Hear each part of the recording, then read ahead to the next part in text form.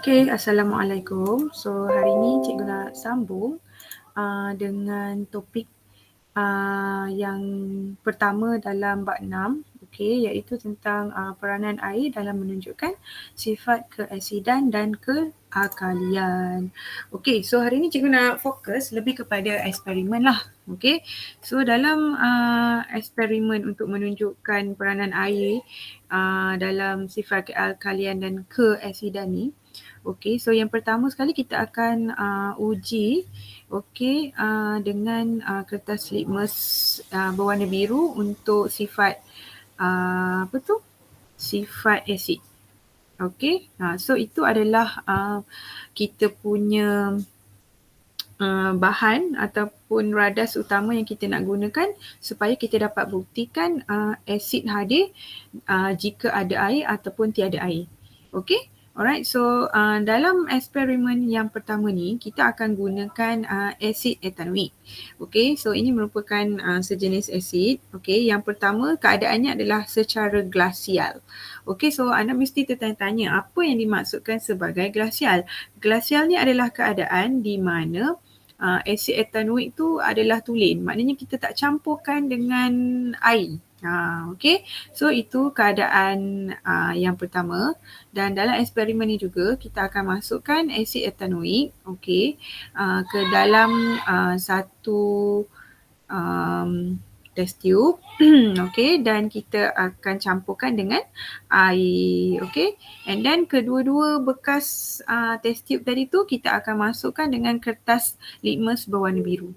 Okay, so seperti yang anda lihat di sini, okay, asid glasial, okay, iaitu tanpa air tu, pemerhatiannya adalah kertas litmus biru, okay, kertas litmus biru kekal. Okay, kekal ataupun warna kertas litmus biru tidak berubah. Okay, manakala dalam eksperimen yang dalam test tube yang kedua ni, okay, warna kertas litmus tu berubah daripada warna biru. Okay, ni cikgu tulis secara secara ringkas lah kan. Okay, warna biru berubah menjadi warna merah. Okay, so daripada pemerhatian ni kita boleh sebenarnya membuat satu inference lah. Okay, so bermakna bila kertas litmus biru tak berubah, okay, so inference-nya, okay, inference-nya apa? Kesimpulan daripada pemerhatian kita lah. Kalau untuk asid glasial ni bermakna, okay, kita punya inference dia tiada asid lah, tiada sifat asid. Okay. Dan kalau asid dengan air ni, okay, inference dia pula kita boleh kata sifat asid hadir. Okay, sifat asid hadir. So itu adalah inference daripada pemerhatian dalam eksperimen yang kita jalankan. Okay, so dia berdasarkan perubahan kertas litmus biru kita. Ingat, asid kalau kita nak buat eksperimen, kita kena guna kertas litmus biru lah. Okay, alright. So kenapa pemerhatian kita, okay, untuk asid glasial tu kita tengok kertas litmus biru warnanya masih kekal. Sebab bila dalam keadaan glasial, okay, waktu glasial tu maknanya tanpa air lah. Tanpa air, okay, bermakna tiada ion hidrogen yang bebas. So sebab ion hidrogen ni lah yang akan menentukan sama ada satu bahan tu berasid ataupun tidak. So bila dia dalam, ini saya labelkan sebagai A lah, okay. Okay, sekejap. Right, mana dia? Okay, so dalam keadaan A ni, okay, so bermakna asid glasial tu adalah dalam molekul. So bila dia dalam keadaan molekul, okay, bermakna ion hidrogen ni masih lagi diikat, okay, dengan klorida. Okay, ni contoh sekiranya kita gunakan asid hidroklorik lah. Kalau tadi tu kita guna asid etanoik kan. Ni cikgu bagi contoh umum. Okay, so di mana kalau dalam bentuk glasial iaitu tanpa air, okay, hidrogen dengan klorida ni masih lagi terikat antara satu sama lain. Okey, so maknanya dia berada dalam bentuk molekul lah. Okey, tapi once kita campurkan dengan air, okey, ion hidrogen dan klorida tadi tu sudah apa? Sudah diceraikan. Diceraikan. So maknanya ion hidrogen ni wujud dalam air lah. So dengan itu menyebabkan kita punya kertas litmus biru berubah warna menjadi warna merah. Okey. So itu adalah sebab utama. Kita ingat balik pelajaran bab yang ke-5 ikatan kimia tu. So once ada ion yang bebas, maknanya dia boleh menunjukkan, kalau dalam kes dalam bab ni, dia boleh menunjukkan sifat asid dia lah. So yang penting ion mesti bebas. Kita mesti ada ion yang bebas. Sekejap cikgu highlight kat situ. Okey, kita mesti ada ion bebas. Kejap, mana kita punya highlights. Okey, so mesti ada ion yang bebas. Kalau ion bebas maknanya adalah sifat asid. Ion apa? Ion hidrogen. Okey. Alright, so next, kita akan bincangkan hasil daripada eksperimen kita tadi tu. Okey, so kat sini cikgu tulis jawapan lah. Jawapan. Okey, untuk soalan yang pertama, namakan ion yang bertanggungjawab untuk menunjukkan sifat keasidan. So jawapannya apa? Ion apa? Ion hidrogen. Okey, saya nasihatkan anda tulislah macam ni, ion hidrogen. Okey, lebih selamat daripada anda tulis H plus tu. Okay, kadang-kadang kamu pergi buat H2 plus ke, tiba-tiba dia jadi terpandai pula kan. Terus tidak dapat jawab markah. Okey, untuk soalan yang kedua, so sebenarnya ini kita tukarlah. Kita tukar kepada asid etanoik. Okey. Sebab dalam slide cikgu guna asid etanoik kan. Okey, mempunyai pemerhatian yang berbeza dengan pepejal asid etanoik tadi tu, ataupun kita tak guna pepejal lah, kita kata asid etanoik glasial lah. Ini kita ubah suai sikit soalan dia. Okey, yang dilarutkan di dalam air. Berikan sebab. Okey, sorry. Kenapa ada beza? Sebab asid etanoik glasial kita, asid etanoik tiada ion hidrogen yang bebas. Okey, manakala asid etanoik di dalam air, yang dicampur dengan air, mempunyai ion hidrogen yang bebas. Hidrogen yang bebas. Alright, itu jawapan yang kedua. So apa sebab punca utama yang menyebabkan air ni boleh membantu tunjukkan sifat keasidan satu-satu bahan? Sebab ion hidrogen tu terbebas. Alright, apakah definisi secara operasi bagi asid dalam eksperimen ini? So definisi secara operasi ni merupakan, kita faham dulu apa itu DO. Cikgu ni lah terangkan. So DO ni adalah kalau nak senang, what you do, you do what you observe. So apa yang anda buat dalam eksperimen ini? Kita asid dicampurkan dengan air, betul tak? Apa yang anda perhatikan? Adakah anda perhatikan ion hidrogen dikeluarkan? Kita tak nampak kan? Kita perhatikan perubahan warna kertas litmus.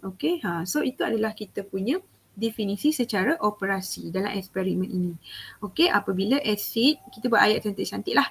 Apabila asid dicampurkan dengan air, maka kertas litmus biru berubah daripada warna biru menjadi warna merah. So itu adalah bagaimana kita nak tulis definisi secara operasi bagi asid. Kita nak tunjukkan asid. Bermakna kita kena campur dengan air lah. Kalau kita tak campur dengan air, tak ada perubahan. So itu adalah eksperimen peranan air untuk menunjukkan keasidan. Next. kita nak bincangkan pula eksperimen untuk menunjukkan kealkalian. Okey, untuk eksperimen kealkalian ni kita akan gunakan natrium hidroksida. So pellet ni sebenarnya pepejal lah. Pepejal lah. Okey, sekejap lagi ada pula tak faham pellet tu apa kan. Okey, so yang ini pula dalam bentuk larutan. Okey, so dalam eksperimen kealkalian ni kita akan gunakan kertas litmus merah. Tak boleh guna warna biru sebab kertas litmus merah ni khas untuk menunjukkan kealkalian lah. Okey, alright. Ni ada sedikit awas lah, boleh baca Okey, so natrium hidroksida dalam keadaan pellet tadi tu, okey, agak-agak apa pemerhatian dia? Ya, okey, so tiada perubahan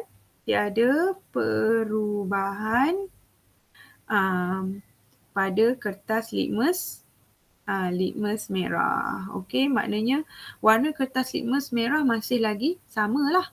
Okey, kalau natrium hidroksida dengan air, okey, warna kertas litmus merah okey berubah menjadi biru. Okey, so itu adalah pemerhatian yang kita boleh buat daripada eksperimen ini. So, bila kita ada pemerhatian, boleh tak kita buat inference? Yes. Okey, untuk situasi yang pertama iaitu natrium hidroksida dalam keadaan pellet tadi tu ataupun pepejal, so tak ada perubahan kan. So merah dia punya colour akan stay warna merah. So bermakna ada tak kehadiran ion hidroksida tu? Tak ada. Okey, dan natrium hidroksida campur dengan air bermakna ion hidroksida tu hadirlah. Sifat alkali boleh ditunjukkan. Okay, next. Kita tengok apa reason, sebab utama menyebabkan natrium hidroksida ni dalam keadaan air dia boleh menunjukkan sifat alkali. Okay, so yang pertama sekali, ini bila dia dalam keadaan pellet ataupun pepejal. Okay, so bila keadaan pepejal, so tiada ion hidroksida yang terbebas. Semuanya masih berada terikat di antara satu sama lain. Ikatan kimia kan. Sebab dia dalam pepejal, dia masih lagi terikat di antara satu sama lain. So, bila tak ada, dia masih lagi terikat, bermakna ion tu tidak dibebaskan. So, dia tak bolehlah nak tunjukkan sifat alkali. So, sifat alkali, ion yang kena kita bebaskan adalah ion hidroksida.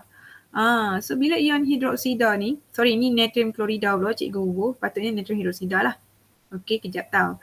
Kita ubah sikit. Okey, kejap.